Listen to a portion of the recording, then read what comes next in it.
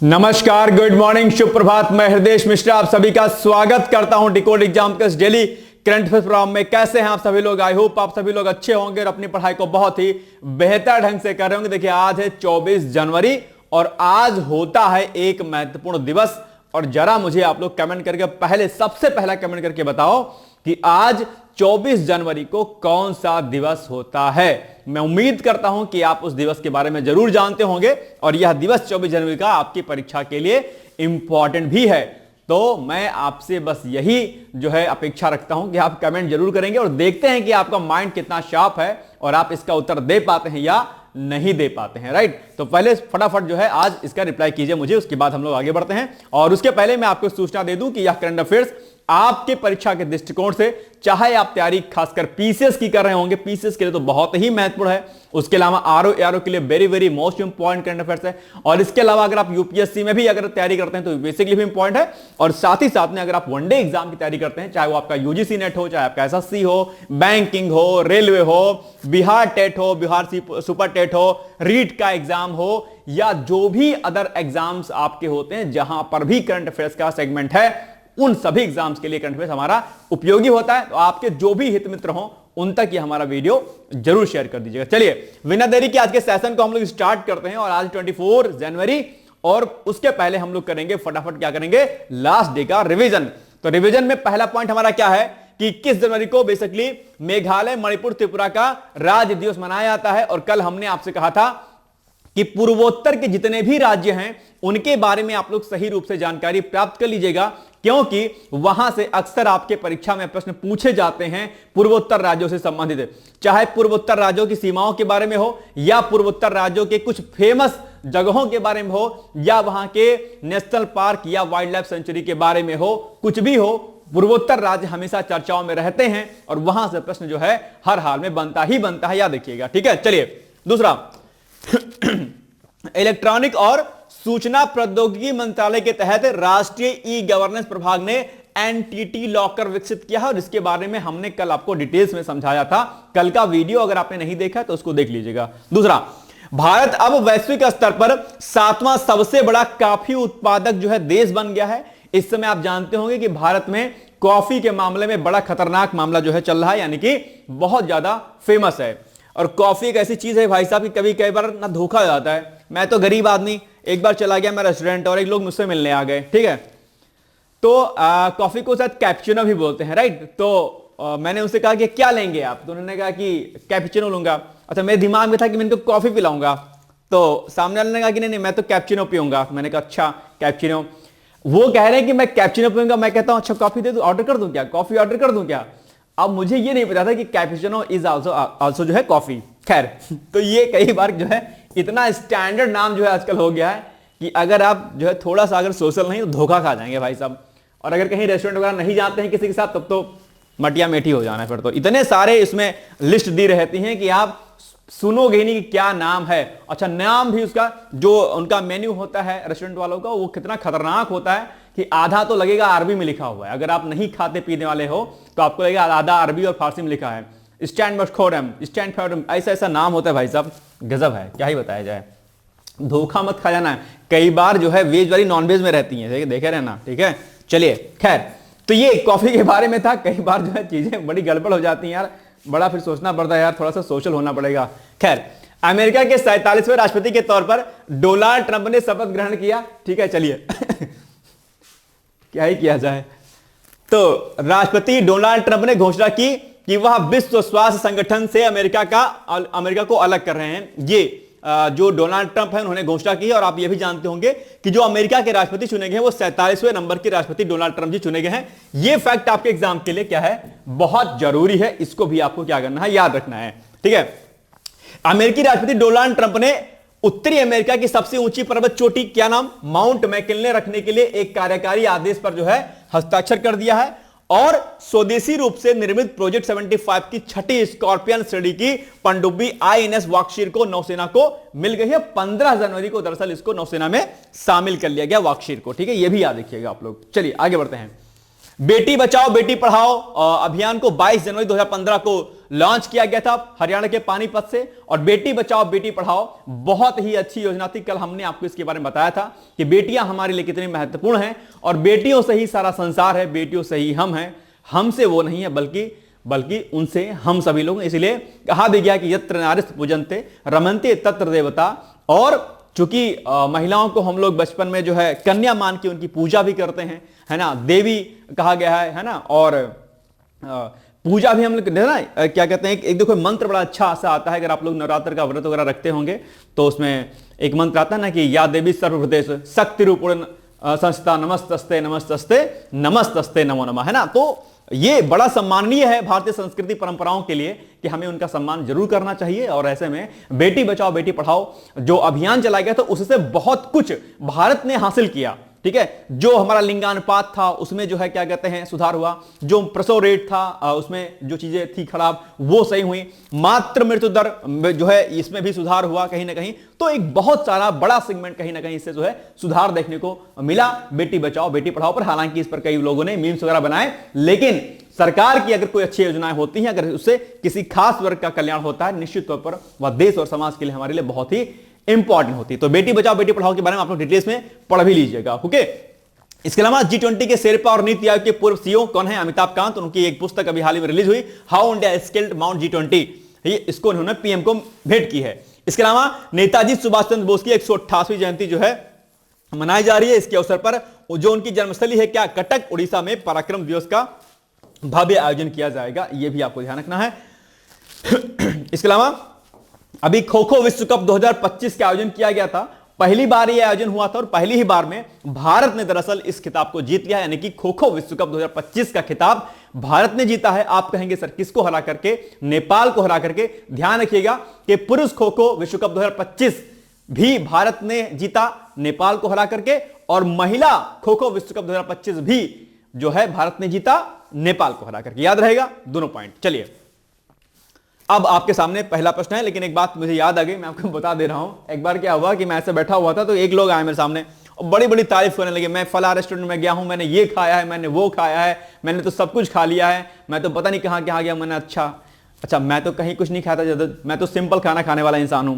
तो मैंने कहा अच्छा, मैंने कहा एक बात बताओ, बोले हाँ जी बताओ। मैंने कहा नाइटो मटन खाए हो क्या, तो कह रहे हाँ खाया हूं नाइटो। मैंने कहा पक्का खाए हो नाइटो मटन, बोले हाँ हाँ नाइटो मटन खाया हूं मैं, बिल्कुल खाया हूं।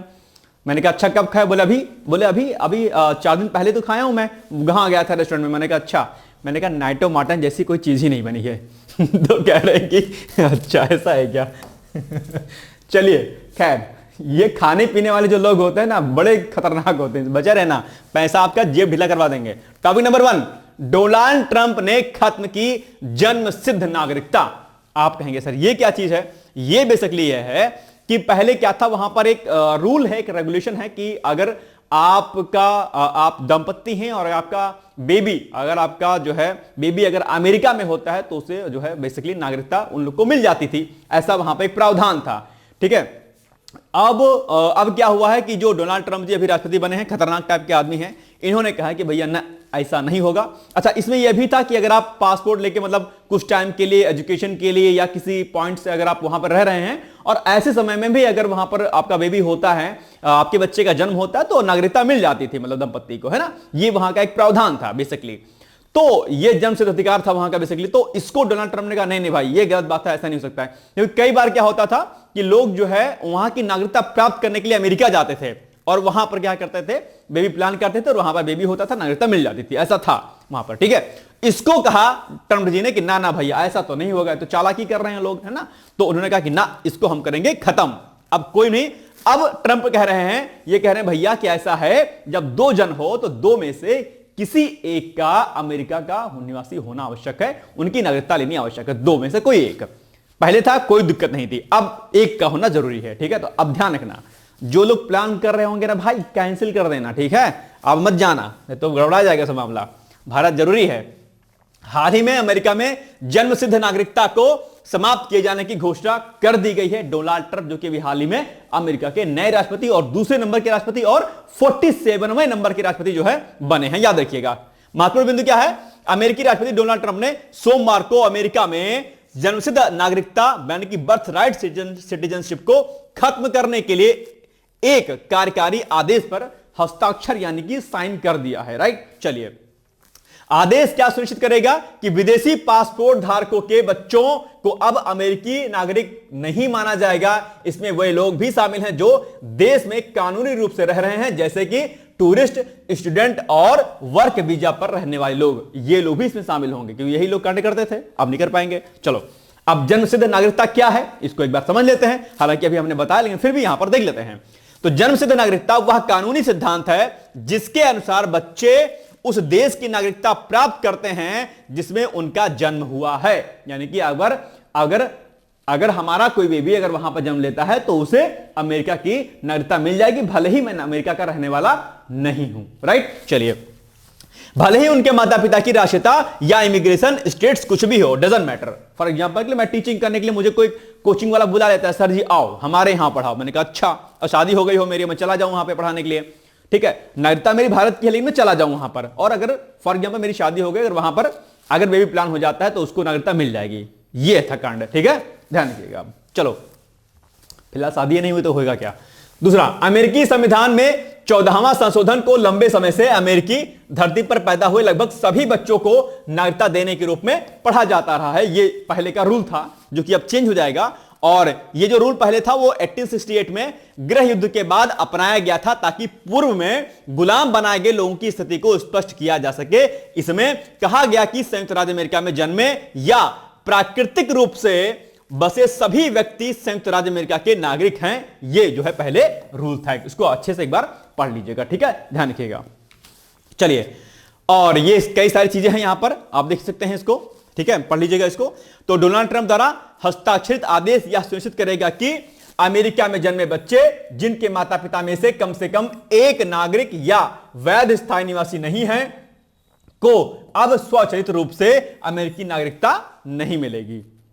एक का होना वहां का जरूरी है। दूसरा, भारत पर क्या इंपैक्ट पड़ेगा, सिंपल सी बात है, भारत में एजुकेशन के लिए, बिजनेस के लिए, ठीक है, और कई सारे पॉइंट ऑफ व्यू से जो है कई लोग वहां पर जाते हैं। तो एक बड़ी पॉपुलेशन दरअसल अमेरिका में भारत की है, और ऐसे में कहीं ना कहीं उन सभी लोगों का इसका एक जो है इंपैक्ट इस पर दिखाई देगा। तो यहां पर लिखा हुआ है कि मीडिया रिपोर्ट के मुताबिक नवीनतम जनगणना के अनुसार संयुक्त राज्य अमेरिका में 5.4 मिलियन से अधिक भारतीय हैं। सोचो इतनी बड़ी आबादी है, जो अमेरिकी आबादी का लगभग 1.47% है। इसमें 2/3 अप्रवासी हैं, जबकि 34% अमेरिका में जन्मे हैं। तो यह भी एक डेटा आपके लिए इंपॉर्टेंट है। यदि ट्रंप के कदम को लागू किया जाता है तो अस्थायी वर्क वीजा या टूरिस्ट वीजा पर अमेरिका में रहने वाले भारतीय नागरिकों के बच्चों को अब स्वचालित रूप से नागरिकता नहीं मिलेगी, याद रखिएगा, ठीक है। चलो अब आपके सामने प्रश्न है कि हाल ही में निम्नलिखित में से किस देश के द्वारा जन्मसिद्ध नागरिकता को समाप्त किए जाने की घोषणा की गई है। बहुत आसान सा है प्रश्न आपके सामने। नंबर 1, भारत, जापान, चीन, अमेरिका। क्या हो जाएगा, ये हो जाएगा भैया आपका सुंदर सा देश, कौन सा, अमेरिका, ठीक है। चलो, बहुत लोग का सपना होगा अमेरिका जाने का, है ना, कोई बात नहीं। भारत चुनाव आयोग, election commission of India, ECI, article 312 का संबंध भैया किससे है, जरा बताओ मुझे कमेंट करके फटाफट।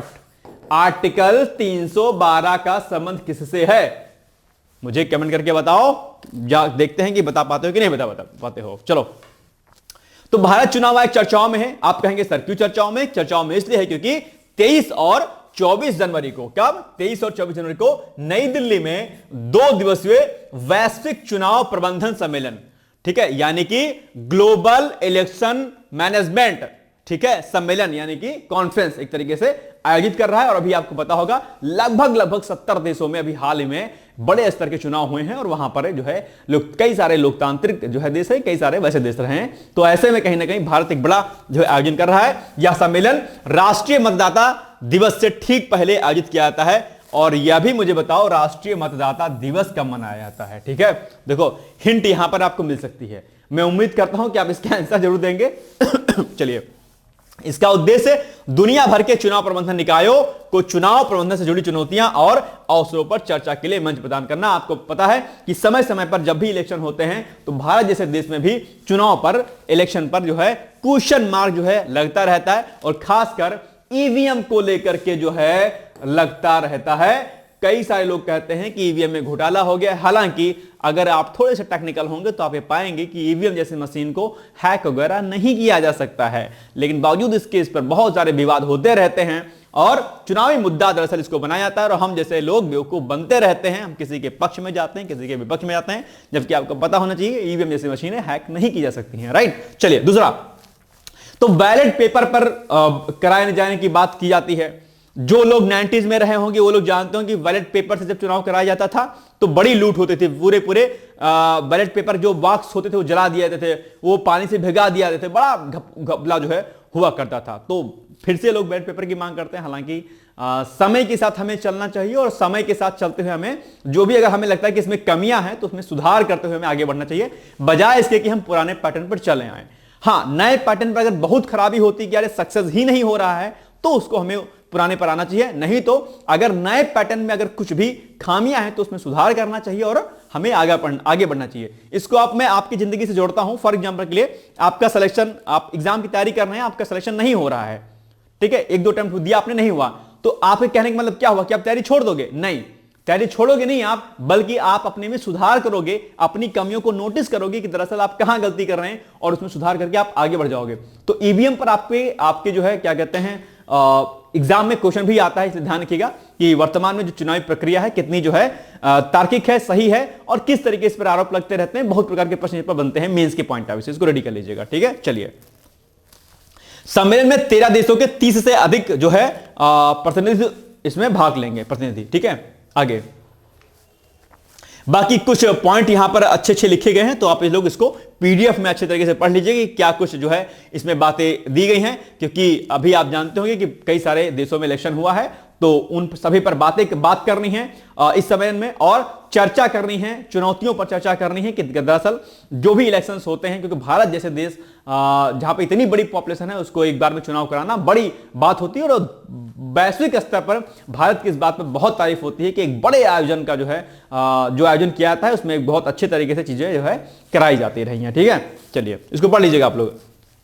अच्छा, एक बात और, मुख्य चुनाव आयुक्त राजीव कुमार इस सम्मेलन का उद्घाटन करेंगे। यह पॉइंट आपके लिए क्या है, इंपॉर्टेंट है।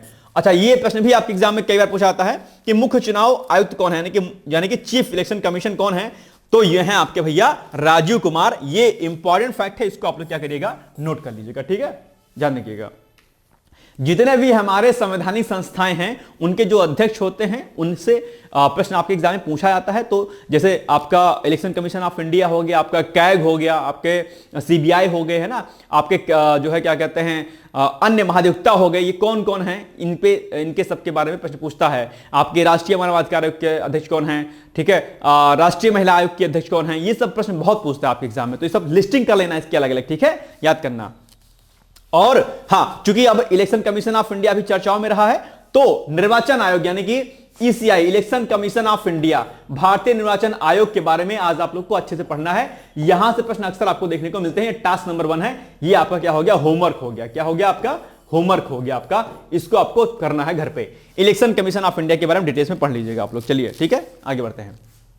अब आपके सामने प्रश्न है कि हाल ही में भारत चुनाव आयोग द्वारा नई दिल्ली में आयोजित वैश्विक चुनाव प्रबंधन सम्मेलन के संदर्भ में निम्नलिखित कथनों में से कौन सा ऐसे कथन सही है या है।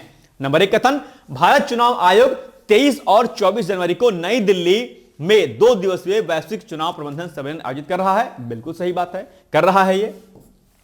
इसका मकसद आधुनिक चुनाव प्रबंधन से जुड़ी महत्वपूर्ण बातों और भविष्य के चुनाव को लेकर चर्चा करना है। बिल्कुल सही बात है, यही इसका मोटो है। अच्छा, ये डेट अक्सर आप लोग याद रख लिया करिए, क्योंकि कई बार डेट चेंज कर देता है और आप कंफ्यूज हो जाते हैं, तो डेट याद रखिया करिएगा, ठीक है। चलिए, तो इसका मकसद ये हो गया आपका, यानी कि ये एक भी कथन सही है, 2 भी सही है, तो 1 और 2 दोनों सही है। अब देखो कोट में कौन सा है, तो सी है, यानी कि 1 और 2 दोनों कथन सही हो जाएगा। सी इज द राइट आंसर, ठीक है, सी। नेक्स्ट है, फिजी के प्रधानमंत्री ने पीएम मोदी को दुनिया का बॉस कहा है। और आप जानते होंगे 2023 में प्रधानमंत्री श्री नरेंद्र मोदी ने फिजी की यात्रा भी की थी, आप जानते होंगे। तो अभी जो फिजी गणराज्य के प्रधानमंत्री हैं कौन है, सितवेनी लिगामामाडा राबुका। कौन, सितवेनी लिगामामा बाडा राबुका ने प्रधानमंत्री नरेंद्र मोदी को दुनिया का बॉस करार दिया है। फिजी में राज्यसभा सांसद और इंडियन माइनॉरिटी फेडरेशन के कन्वीनर सतनाम सिंह संधू और आईएमएफ के संस्थापक प्रोफेसर हिमानी सूद के साथ बैठक में राबुका ने कहा, यानी कि फिजी के प्रधानमंत्री ने कहा कि पीएम मोदी दुनिया के क्या हैं, बॉस हैं। ये एक बहुत अच्छी बात है कि वर्तमान समय में भारत का वर्चस्व वैश्विक स्तर पर बड़ी मजबूती के साथ आगे बढ़ा है और अंतरराष्ट्रीय संबंधों में वैश्विक पटल पर भारत बहुत ही तेजी के साथ बढ़ती हुई उभरती हुई अर्थव्यवस्था के साथ साथ में सुपर पावर की ओर आगे बढ़ रही है। वह दिन दूर नहीं, अगर भारत इसी तरीके से प्रगति करता रहा, अगर इसी राजनीतिक मजबूती के साथ अगर देश खड़ा रहा, वह दिन दूर नहीं जब भारत दुनिया को लीड करेगा और अभी भी लीड कर रहा है। कहीं पर कोई आपदा विपदा आती है तो अन्य देश भारत की ओर टकटकी लगा के देखते हैं कि भारत के प्रधानमंत्री या भारत की ओर से इस पर कुछ डिसीजन या कोई इस पर जो है समाधान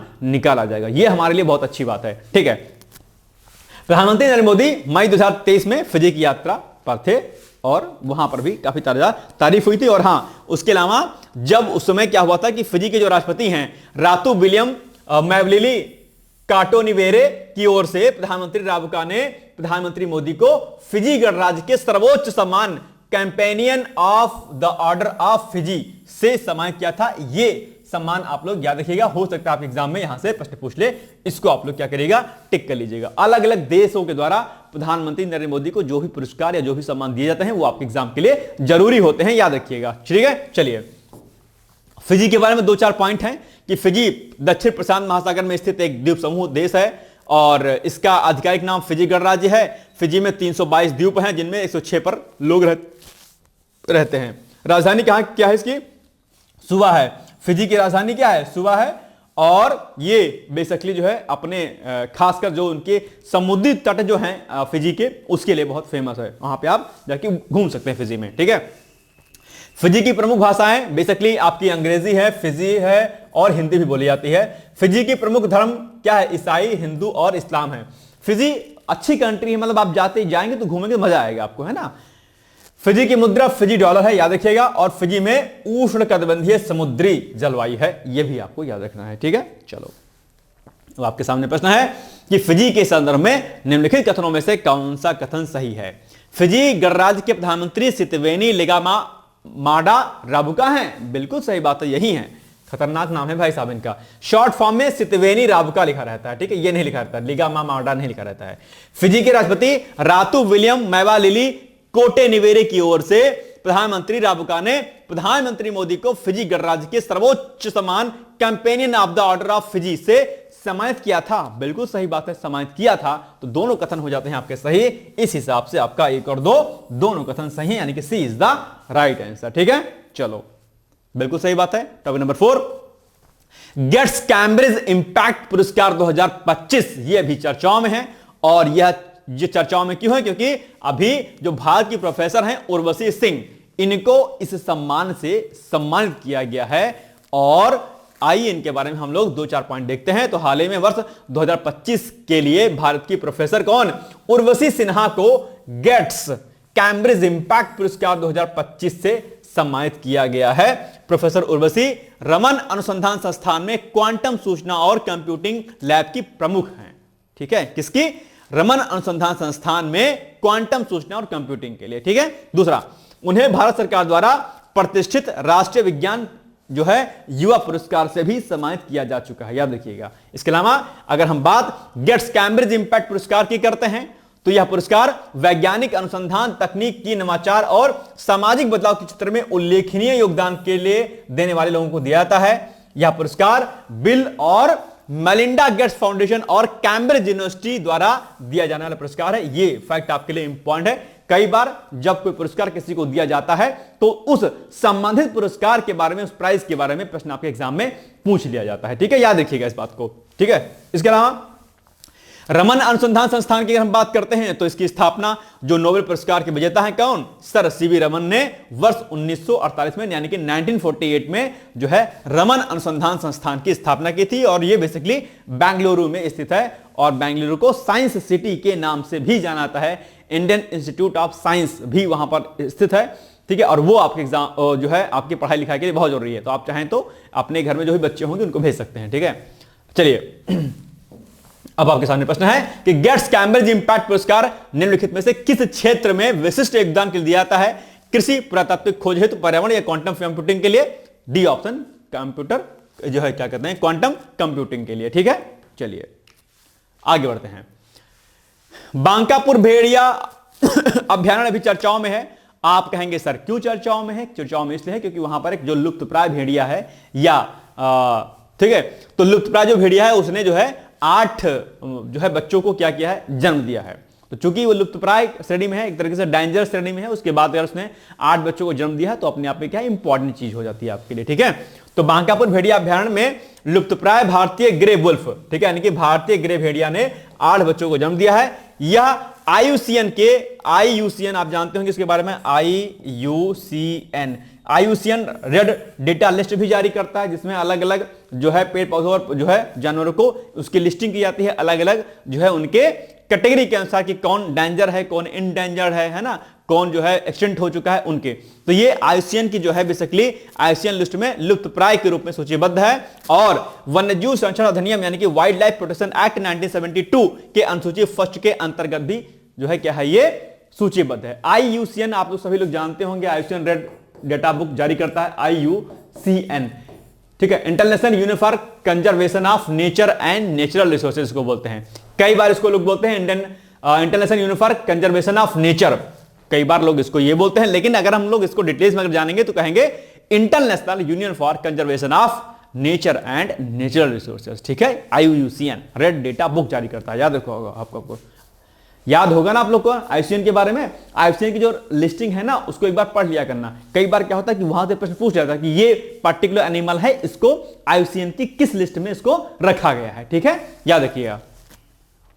और कर्नाटक वुल्फ सेंचुरी के बारे में अगर बात करते हैं तो कर्नाटक का पहला वुल्फ अभ्यारण्य है, ये अपने आप में सेंचुरी है। और बांकापुर जो भेड़िया अभ्यारण्य है यानी कि जो वुल्फ सेंचुरी है, ये कर्नाटक के कोप्पल जिले में स्थित है। ठीक है, यह अभ्यारण्य 332 हेक्टेयर में फैला है। यहां भारतीय ग्रे वुल्फ प्रजाति के भेड़िए पाए जाते हैं। ठीक है, इसलिए चर्चाओं में है। चलिए, बांकापुर भेड़िया या वुल्फ अभ्यारण्य कहां पर है? ये है आपका कहां पर? कर्नाटक में। Option number B is the right answer, बस है ना। चलो आगे बढ़ते हैं। याला ग्लेशियर भाई साहब अभी चर्चाओं में है। आप कहेंगे सर ये क्या चीज होता है? ग्लेशियर तो आप लोग जानते होंगे, कोई दिक्कत तो है नहीं। याला ग्लेशियर एक ग्लेशियर बहुत बड़ा एक ग्लेशियर है, ठीक है, जो कि धीरे धीरे अभी क्या हो रहा है, खत्म हो रहा है, उसका आकार कम हो रहा है। ठीक है, एक तरीके से विलुप्त तो हो रहा है, आप यूं कह लीजिए। ये अभी चर्चाओं में है क्योंकि एक रिपोर्ट आई है और वो उस रिपोर्ट में कहा गया है कि ये बहुत शीघ्र जो है यानी कि 2040 तक समाप्त होने का इसका अनुमान लगाया गया याला ग्लेशियर के। ठीक है, याला ग्लेशियर 2040 तक समाप्त होने का अनुमान व्यक्त किया गया है। ठीक है, याला ग्लेशियर को कर दीजिएगा। याला ग्लेशियर एकमात्र ग्लेशियर है जिसे ग्लोबल ग्लेशियर कैजुअलिटी लिस्ट में, क्या इसको नाम याद रखिएगा, ग्लोबल ग्लेशियर कैजुअलिटी लिस्ट। ये क्या होता है आप कहेंगे सर? ये ग्लोबल ग्लेशियर कैजुअलिटी जो लिस्ट होती है, क्या देखो नाम से इसको पढ़ो जरा, global glacier casualty list. Casualty मतलब आप जानते होंगे है ना कि एक तरीके से कोई खतरा हो जाए, कुछ नुकसान हो जाए, कैजुअलिटी हो जाए ना। कैजुअलिटी आप हिंदी में एग्जैक्ट समझते होंगे। तो कैजुअलिटी इन द सेंस क्या हुआ कि ये जो ग्लेशियर है ये एक प्रकार की लिस्ट होती है जिसे हम दुनिया भर के जो खत्म हो रहे या हो चुके जो भी ग्लेशियर होते हैं उनको इस लिस्ट में शामिल किया जाता है। तो ये जो याला ग्लेशियर है ये पहला ग्लेशियर है जिसको इस ग्लोबल ग्लेशियर कैजुअलिटी लिस्ट में शामिल किया गया है। ये पॉइंट आपके लिए जरूरी हो जाता है। ठीक है, तो इसको आपको याद रखना है। और ग्लोबल ग्लेशियर कैजुअलिटी लिस्ट उन ग्लेशियरों की सूची है जो गंभीर रूप से संकटग्रस्त या पहले ही गायब हो चुके हैं। उनमें से पहला नाम है याला ग्लेशियर का, याद रखिएगा। और ग्लेशियर के बारे में आप लोग अन्य जानकारियां जानते होंगे। यह सूची साल 2024 में शुरू की गई थी, यानी कि ये जो कैजुअलिटी वाली लिस्ट है इसमें दुनिया भर के ग्लेशियर को शामिल किया जाता है और 21 मार्च को ग्लेशियर दिवस के रूप में मनाया जाता है। इसके अलावा एक फैक्ट आपके लिए बहुत इंपॉर्टेंट है कि संयुक्त राष्ट्र द्वारा 2025 को ग्लेशियरों का अंतरराष्ट्रीय वर्ष घोषित किया गया। भैया ये बहुत इंपॉर्टेंट फैक्ट है आपके लिए, इसको आप लोग नोट डाउन कर लीजिएगा। एक चीज और मैं बता देता हूं कि ग्लेशियर आजकल बहुत तेजी के साथ मेल्ट हो रहे हैं। आप कहेंगे सर ग्लेशियर तेजी के साथ मेल्ट क्यों हो रहे हैं? तो इसका सीधा सा जवाब है ग्लोबल वार्मिंग। और ग्लोबल वार्मिंग क्या होती है आप यह भी जानते होंगे। पृथ्वी का जो है तापमान बढ़ जाना, एक तरीके से इन शॉर्ट फॉर्म में आपको बता रहा हूं। आप कहेंगे सर तापमान क्यों बढ़ जाता है, मैं आपसे कहूंगा कि ग्रीन हाउस गैसेस के कारण बढ़ जाता है। आप कहेंगे सर ये ग्रीन हाउस गैसेस क्या होती हैं, तो मैं आपसे कहूंगा CO2, मीथेन, वाटर वेपर जो होती हैं वो क्या होती है, ग्रीन हाउस गैसेस होती हैं। आप कहेंगे सर इनकी मात्रा क्यों बढ़ जाती है, तो जिस तरीके से आप इंडस्ट्रियलाइजेशन कर रहे हैं, जिस तरीके से आप प्रगति कर रहे हैं, उनसे ग्रीन हाउस गैसेस निकलती हैं, ये आपके वातावरण में प्रेजेंट रहती हैं और जो गर्मी पृथ्वी की होती है उसे ये सोख लेती हैं, यानी कि जो लॉन्ग वेवलेंथ होती है उन लॉन्ग वेवलेंथ को क्या करती है, ये एब्जॉर्ब कर लेती हैं, ये सारी गैसेस जो आपके वातावरण में होती हैं, यानी कि उस गर्मी को ये वातावरण से ऊपर नहीं जाने देती हैं और वही एनर्जी जो कि गर्म होती है एक तरीके से, यानी कि लॉन्ग वेवलेंथ, वो ऊपर जा करके और फिर जो है क्या करेगी, एक तरीके से पृथ्वी पर वापस आ जाएगी, या यूं कहूं कि ये एब्जॉर्ब कर लेगी और पृथ्वी का तापमान बढ़ने लगेगा। और पृथ्वी का तापमान बढ़ने लगेगा तो पृथ्वी पर अवस्थित जो भी ग्लेशियर होंगे वो पिघलने लगेंगे, और ये ग्लेशियर अगर पिघलेंगे तो ये पिघल करके नदियों के सहारे समुद्र में जाएंगे, और नदियों में आएंगे तो नदियों का पानी बढ़ेगा, नदियों का पानी बढ़ेगा तो आसपास के जो क्षेत्र होंगे, जो खेत होंगे वो डूब जाएंगे, किसानों को नुकसान होगा। तो वहीं दूसरी ओर इन्हीं ग्लेशियर्स से जब पानी समुद्र में जाएगा, समुद्र का जलस्तर बढ़ेगा तो जो समुद्र तटीय जो इलाके होंगे वहां भी डूब जाएंगे और भारत को बड़ा नुकसान होगा। तो वहीं दूसरी ओर इन ग्लेशियरों के पिघलने से, नदियों का जलस्तर बढ़ने से न सिर्फ किसानों को लाभ होगा, सॉरी नुकसान होगा, बल्कि किसानों की जो खेती होगी वो बर्बाद होगी, और ऐसे में कहीं ना कहीं आर्थिक दृष्टिकोण से भारत पर नकारात्मक प्रभाव पड़ेगा। न सिर्फ किसानों पर नकारात्मक प्रभाव पड़ेगा बल्कि भारत की जीडीपी पर भी इसका असर पड़ेगा, और ऐसे में कहीं ना कहीं ग्लोबली जो भी असर पड़ेगा, क्योंकि इंपोर्ट और एक्सपोर्ट भी क्या होगा, प्रभावित होगा। तो कई सारी चीजें होती हैं। इसके अलावा ग्लोबल वार्मिंग से जो है बेसिकली क्या होगा, अन्य प्रकार के बीमारियां, स्किन डिजीज और बहुत प्रकार की चीजें भी आपको देखने को मिलेंगी। तो जब भी आप लोग उत्तर लिखें, जब भी कोई चीज पढ़ें तो कोरिलेट करके आप लोग पढ़ा करें कि क्या क्या इंपैक्ट होगा, ध्यान रखिएगा। और चूंकि ग्लेशियर पिघलेंगे तो इसके बहुत सारे नेगेटिव इंपैक्ट होंगे, बायोडायवर्सिटी से लेकर के बहुत सारे नुकसान होते हैं, आप इसको अच्छे से पढ़ लीजिएगा, ठीक है। चलो आगे बढ़ते हैं हम लोग, यह तो लंबी क्लास हो जाएगी। याला ग्लेशियर को निम्नलिखित में से किस लिस्ट में शामिल किया गया है, तो यह किया गया भैया आपका C number, global glacier casualty list, याद रहेगा। चलो आगे बढ़ते हैं, C is the right answer. Now 7 number point आपके सामने है, कोलंबिया। हाल ही में कोलंबिया में वामपंथी समूह के बीच झड़प हुई है और इस झड़प में कई लोग मारे गए हैं, और इसीलिए कोलंबिया आपके लिए क्या है, चर्चाओं में है। यहां पर आप कोलंबिया के बारे में आप देख पा रहे होंगे। तो कोलंबिया के बारे में अगर हम बात कर लेते हैं तो कोलंबिया दक्षिणी अमेरिका महाद्वीप के उत्तर पश्चिम में स्थित क्या है, एक देश है, और कोलंबिया को दक्षिण अमेरिका का प्रवेश द्वार भी कहा जाता है, याद रखिएगा। ये मैप में आप लोग यहां पर कोलंबिया के बारे में आप जो है देख पा रहे होंगे। ये देखिए कैरेबियन सी आपके यहां पर मौजूद है आपके सामने, ठीक है ना। चलो आगे बढ़ते हैं हम लोग। अब देखो, इस देश की राजधानी कोलंबिया की क्या है, बोगोटा है। करेंसी क्या है भैया इसकी, राजधानी बोगोटा, करेंसी पेसो, और कोलंबिया के पूर्व में वेनेजुएला और ब्राजील है। देखो ये है वेनेजुएला और यहीं पर आपका जो है मिल जाएगा आपका ब्राजील, ठीक है, इसमें नहीं लिखा हुआ है, फिर ये देखो ब्राजील है आपका, ठीक है, ये वेनेजुएला और ये आपका हो गया ब्राजील। इसको आप चाहें तो मैप से जो है इसको देख सकते हैं बढ़िया तरीके से। ये देखिए आधा भैया सिम, ये देखो, ये है आपका कोलंबिया, ये हो गया आपका वेनेजुएला पूर्व में, और ये हो गया आपका ब्राजील। इसके अलावा कह रहा है कि आपका पश्चिम में प्रशांत महासागर स्थित है। क्या पश्चिम में आपका प्रशांत महासागर हो जाएगा, बिल्कुल ये बात देखो, पैसिफिक ओशियन लिखा हुआ है, ठीक है। ये देखो ये हो गया आपका क्या, ये हो गया आपका पैसिफिक जो है ओशियन, यहां पर कोलंबिया के पश्चिम में, ठीक है। समझ में आ रहा है। इस मैप को मैं थोड़ा सा बड़ा कर देता हूं ताकि आपको एग्जैक्ट दिखे। अब आई थिंक आप लोग को एग्जैक्ट दिख रहा होगा शायद, है ना, बिल्कुल। अब देखो, तो ये हो गया आपका, इस मैप को एक बार देख लीजिएगा, ये वेनेजुएला हो गया, इधर ब्राजील हो गया, इधर आपका पैसिफिक ओशियन हो गया, इधर आपका कैरेबियन सी हो गया, ठीक है, और इधर आपके बगल में पनामा हो गया, ठीक है। चलो, क्षेत्रफल के हिसाब से कोलंबिया दुनिया का 26वां और दक्षिण अमेरिकी महाद्वीप का चौथा बड़ा देश है, और यहां की प्रमुख नदी अमेजन है। कौन सी नदी है, अमेजन। इसके बारे में आप लोग, अमेजन वो वाला नहीं भैया जिससे आप शॉपिंग करते हो, अमेजन नदी है, ठीक है। चलो, कोलंबिया के संदर्भ में निम्नलिखित कथनों में से कौन सा से कथन सही है। कोलंबिया की राजधानी बोगोटा है, बिल्कुल सही बात है, बोगोटा है, और कोलंबिया को दक्षिण अमेरिका का प्रवेश द्वार भी कहा जाता है। कहा जाता है क्या, बिल्कुल कहा जाता है। तो 1 और 2 दोनों कथन सही हैं, यानी कि C is the right answer. 1 और 2 दोनों कथन आपके, ठीक है। बी, इसमें मैंने ऑप्शन पलट दिया था, इसमें बी होगा, 1 और 2 दोनों कथन, ठीक है। चलिए BRICS.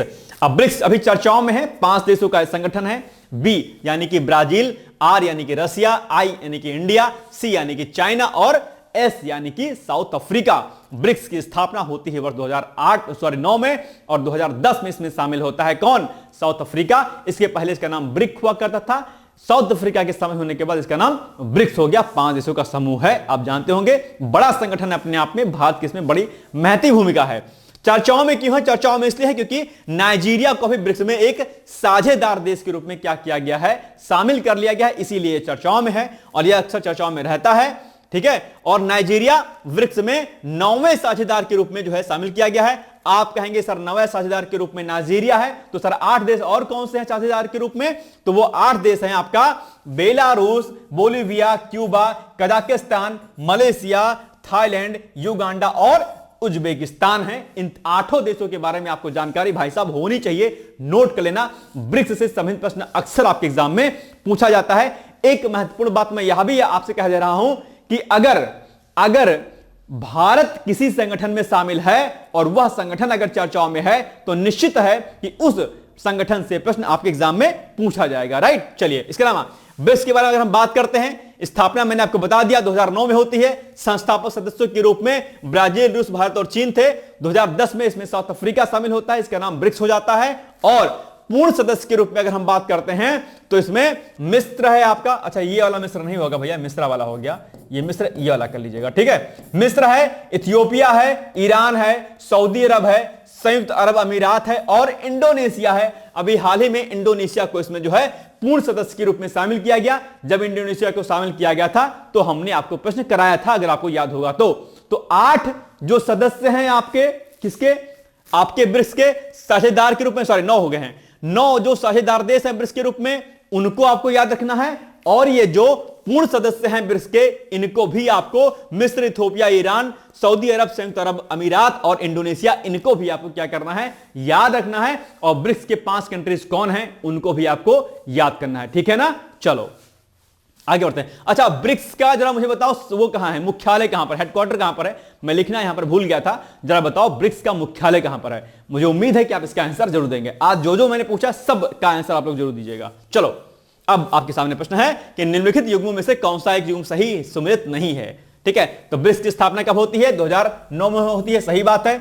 ISA, international solar alliance, अंतरराष्ट्रीय सौर गठबंधन इसको बोलते हैं, 2015 में इसकी स्थापना होती है, बिल्कुल सही बात है। गुड़गांव में इसका जो है क्या है? मुख्यालय है। WTO इसकी स्थापना 1995 में होती है और WHO की स्थापना 1958 लिखा है, गलत बात है, ये नहीं होता है, ये 48 होता है, 1948 होता है। और पूछा है कि कौन सा युग्म सही सुमेलित नहीं है, तो बी वाला ही नहीं सुमेलित है। बस आंसर आपका यही हो जाएगा, बी वाला। ऐसे प्रश्न आपके एग्जाम में पूछे जाएंगे भाई साहब, ठीक है, रट लेना इसको। चलो, बी ऑपरेशन सरधवा, अभी ये चर्चाओं में है। आप कहेंगे सर ये क्या चीज है? तो ये चीज ऐसी है कि BSF जो बॉर्डर सिक्योरिटी फोर्स है वो चला रही है ऑपरेशन सरधवा। इसका मतलब ये हुआ कि बॉर्डर सिक्योरिटी फोर्स, जो आप सीमा यहां पर देख पा रहे होंगे, इस सीमा पर गश्ती बहुत तेज कर दिया है। किसने? BSF ने। आप कहेंगे सर ऐसा क्यों कर दिया है? ऐसा इसलिए कर दिया है क्योंकि आने वाला है क्या? परसों 26 जनवरी गणतंत्र दिवस। और गणतंत्र दिवस पर भैया कौन है मुख्य अतिथि? जरा बताओ। मैंने कम से कम 4 से 5 बार आपको उसको बताया है। मुझे कमेंट करके बताओ कि अभी 26 जनवरी को जो है कौन मुख्य अतिथि के रूप में शामिल हो रहे हैं। चूंकि 26 जनवरी यानी कि गणतंत्र दिवस अभी धूमधाम से मनाया जा रहा है, ऐसे में बॉर्डर पर BSF ने ऑपरेशन सरधवा चलाया है ताकि बॉर्डर पर कोई ऐसी घटना या कोई ऐसी घुसपैठ ना होने पाए जिससे भारत की सिक्योरिटी को क्या हो? खतरा हो। याद रखिएगा, ठीक है। तो ऑपरेशन सरधवा, इसको आप लोग याद रखिएगा। यही सारी बातें यहां पर लिखी गई हैं, मैं आपको यहां पढ़कर नहीं बता रहा हूं, मैंने पॉइंट्स आपको बता दिया। लेकिन BSF के बारे में थोड़ा 2 पॉइंट हम लोग देख लेते हैं। तो यह गृह मंत्रालय यानी कि होम मिनिस्ट्री के अंतर्गत यह काम करता है BSF। आप में से कई सारे लोग होंगे, उनके जो कहीं ना कहीं दोस्त या फिर मित्र या पति पत्नी जो भी कोई ना कोई जो है उसमें शामिल जरूर होगा।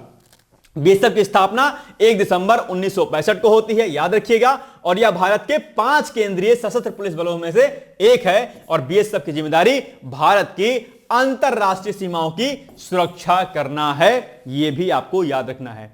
अब BSF की स्थापना कब हुई थी? तो BSF की स्थापना हुई थी भैया कब? जल्दी से कमेंट करके बताओ, BSF की स्थापना कब हुई थी? 1965 यानी कि option number C is the right answer. कोई दिक्कत? चलो आगे बढ़ो।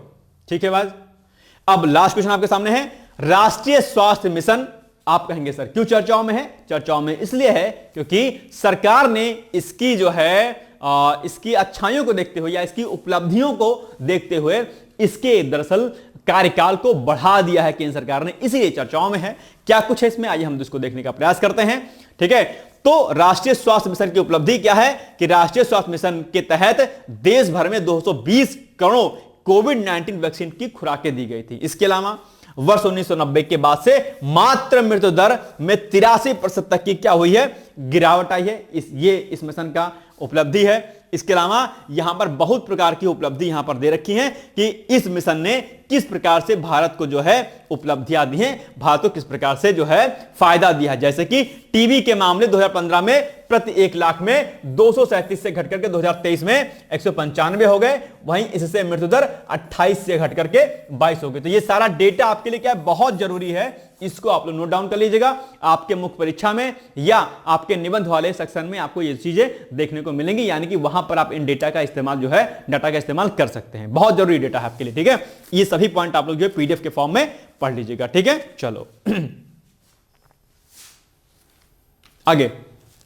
ये सारे के सारे आप देख पा रहे हैं, जितनी चीजें रखी हैं सभी को आप लोग अच्छे तरीके से पढ़ लीजिएगा। ये सारे इस मिशन की उपलब्धियां हैं भाई साहब। ठीक है, और इन्हीं सारी उपलब्धियों को देखते ही केंद्र सरकार ने निर्णय लिया कि हमें इसको आगे बढ़ाना है। ठीक है ये देखो, ये सब आप पढ़ लीजिएगा। चलिए अब यहां पर देखिए पॉइंट 1 कि राष्ट्रीय ग्रामीण स्वास्थ्य मिशन की शुरुआत 2005 में होती है। आप याद रखिएगा, जिसका उद्देश्य जिला अस्पताल स्तर तक, यानी कि जो आपके डिस्ट्रिक्ट हॉस्पिटल होते हैं, है ना, सरकारी तक ग्रामीण आबादी विशेष रूप से कमजोर समूहों को सुलभ और सस्ती गुणवत्तापूर्ण स्वास्थ्य देखभाल प्रदान करने के लिए सार्वजनिक स्वास्थ्य प्रणाली का निर्माण करना है। वर्ष 2012 में राष्ट्रीय शहरी स्वास्थ्य मिशन की अवधारणा बनाई गई और एनआरएचएम, आप जानते होंगे एनआरएचएम है ना, नेशनल हेल्थ मिशन जो होता है, को 2 उप मिशनों यानी कि एनआरएचएम और NUHRM के साथ राष्ट्रीय स्वास्थ्य मिशन के रूप में नामित किया गया। बहुत सारे फीमेल्स जो है NRHM में CHO की पोस्ट पर होंगे, है ना, खूब बढ़िया सैलरी मिलती रहती है। 40,000 की अप्रॉक्स जो है सैलरी है। जो लोग स्टाफ नर्स वगैरह का कोर्स करते हैं ना, शायद एनएम या नहीं, शायद स्टाफ नर्स वाला, हाँ, उसमें CHO की पोस्ट आती है भाई साहब। खतरनाक पोस्ट होती है, बड़ी अच्छी सैलरी होती है और मजे लोग लूटते हैं उसमें। तो आप लोग भी अगर आपके घर में कोई मेडिकल कोर्स कर रहा है, स्टाफ नर्स या एनएम वगैरह का, तो उसको एनआरएचएम से बहुत सारी वैकेंसीज आती रहती हैं ना, मेडिकल कॉलेज में, डिस्ट्रिक्ट हॉस्पिटल में अप्लाई करवा देना भाई साहब। ठीक है, हाँ, बहुत अच्छी पोस्ट है CHO। चलिए, राष्ट्रीय ग्रामीण स्वास्थ्य मिशन की शुरुआत कब हुई थी? 2002, 2003, 2004, 2005, तो 2005 में हुई थी। ठीक है, चलो आगे बढ़ते हैं हम। अब आपके सामने ये ऐड है। आप जानते होंगे कि यूपीपीसीएस फाउंडेशन कोर्स 2025 हम लोगों ने लॉन्च किया है, डिकोड एग्जाम में लॉन्च किया हुआ है। यहां पर हम लोग रिकॉर्डेड वीडियो लेक्चर्स दे जाते हैं। ठीक है, एक्सपीरियंस टीचर के साथ आपका पर्सनल इंटरेक्शन होगा। Previous year question paper pre के प्लस मेंस के, डेली आंसर राइटिंग प्रैक्टिस आपकी, डेली आपको क्विज और प्री के टेस्ट सीरीज और मेंस के टेस्ट सीरीज भी आपको यहां पर दिया जाता है। इसके अलावा आप किसी भी टीचर से बात कर सकते हैं और इसके अलावा आपको जो है इसमें CSAT भी दिया जाएगा और आपको हिंदी भी कराया जाएगा, आपको निबंध भी कराया जाएगा और जो भी प्रॉब्लम्स आपकी हुआ करेंगे वो आपको समय समय पर उसको शॉर्ट आउट भी कराया जाएगा। इसमें मेंस के साथ में प्री और आपका इंटरव्यू तैयारी भी कराया जाएगी, यानी कि एक इंटीग्रेटेड तैयारी आपकी होगी जिसमें आपको शेड्यूल के अकॉर्डिंग आपकी सारी क्लासेस दी जाएंगी। बहुत कुछ इसमें रहेगा। आप चाहें तो ये जो नंबर यहां पर दिए गए हैं, इन नंबरों के माध्यम से आप कॉन्टेक्ट कर सकते हैं या फिर आपको मेरा भी नंबर पता होगा, आप मेरे नंबर पर भी कॉन्टेक्ट करके मुझसे जानकारी प्राप्त कर सकते हैं। इसके अलावा mains answer writing practice program भी चल रहा है। आप चाहें तो मुख्य परीक्षा उत्तर लेखन कार्यक्रम से जुड़ करके भी आप 2024 पीसीएस मुख्य परीक्षा या 25 मुख्य परीक्षा की तैयारी कर सकते हैं। ठीक है, उसके लिए भी आप मेरे कॉन्टैक्ट नंबर पर संपर्क कर सकते हैं। ठीक है, चलिए, ब्रिक्स की स्थापना कब हुई थी? यह आज आपके लिए अभ्यास प्रश्न है, इसका उत्तर आप लोग दीजिएगा। और आज मैंने आप लोगों को मुख्य परीक्षा का कोई प्रश्न या निबंध नहीं दिया है, क्योंकि मुझे बताओ कमेंट करके कि क्या वास्तव में आप लोग लिख रहे हो वो उन निबंध को, उन प्रश्नों को, कि नहीं लिख रहे हो। अगर आपकी हां होगी तो मैं कंटिन्यू करूंगा, क्योंकि मैं बीच में पूछता रहता हूं। मैं फिर से पूछ रहा हूं कि क्या आप लोग लिख रहे हो कि नहीं लिख रहे हो मुख्य परीक्षा के लिए जो मैं प्रश्न देता हूं। अगर लिख रहे होगे तो मैं दूंगा, नहीं तो मैं नहीं दूंगा। ठीक है, चलो, तो मुझे कमेंट करके बताओ कि आपको मुख्य परीक्षा के लिए निबंध का टॉपिक या जो है मुख्य परीक्षा के लिए जो है क्वेश्चन चाहिए या नहीं चाहिए। ठीक है, तो अब ये हो गया हमारा आज का वीडियो। कल मिलेंगे हम लोग एक इंपॉर्टेंट लेक्चर के साथ। तब तक आप लोग पढ़ते रहिए, मस्त रहिए, व्यस्त रहिए। मेरी तरफ से बहुत सारी शुभकामनाएं हैं। All the best. Thank you so much. Bye bye, take care. दोस्तों, क्या आप पीसीएस अधिकारी बनना चाहते हैं? यदि हाँ, तो डिकोड एग्जाम लेकर आया है यूपी पीसीएस फाउंडेशन कोर्स 2025। यह एक ऑल इन वन कोर्स है जिसमें प्रीलिम्स मेंस दोनों ही परीक्षाओं के लिए वीडियो लेक्चर, एनसीईआरटी और standard books based bilingual notes उपलब्ध कराया जा रहा है। इस कोर्स में प्री और मेंस के सभी प्रीवियस ईयर क्वेश्चंस पेपर भी वीडियो लेक्चर के माध्यम से कोर्स में सम्मिलित होंगे। साथ ही साथ में कोर्स का कंटेंट गुणवत्तापूर्ण होने के साथ ही साथ एग्जाम ओरिएंटेड है, जिससे कोर्स लेने वाले स्टूडेंट्स को कोई भी बाहरी पुस्तक या नोट्स पढ़ने की आवश्यकता न पड़े। इस कोर्स में प्रीलिम्स और मेंस के टेस्ट सीरीज तथा आंसर राइटिंग प्रोग्राम भी शामिल है, जिसके साथ ही साथ टेलीग्राम ग्रुप में रेगुलर टॉपिक वाइज टेस्ट कराए जाएंगे। इसके साथ ही सीसेट, निबंध तथा सामान्य हिंदी की अतिरिक्त कक्षाएं भी चलाई जाएंगी तथा हमारे कोर्स से परीक्षा में सफल होकर इंटरव्यू देने वाले विद्यार्थियों को इंटरव्यू की भी तैयारी कराई जाएगी और अंतिम परिणाम कुछ भी हो, पूरी फीस उन्हें रिवार्ड के स्वरूप जो है वापस कर दी जाएगी तथा अगले बैच में उन्हें निःशुल्क प्रवेश प्रदान किया जाएगा। उल्लेखनीय है कि डिकोड एग्जाम एक संस्थान के रूप में 5 वर्ष के अपने सफल कार्यकाल में अब तक 55 से अधिक विद्यार्थियों को विभिन्न परीक्षाओं में अंतिम सफलता दिलाने में अपना सफल योगदान दे चुका है। इस कोर्स की फीस 15,000 रुपये निर्धारित की गई है, लेकिन पहले प्रवेश देने वाले 100 विद्यार्थियों को 3,000 रुपये की विशेष छूट दी जा रही है। और अधिक जानकारी के लिए हमारे संस्थान के नंबर 6307495944 पर संपर्क करें।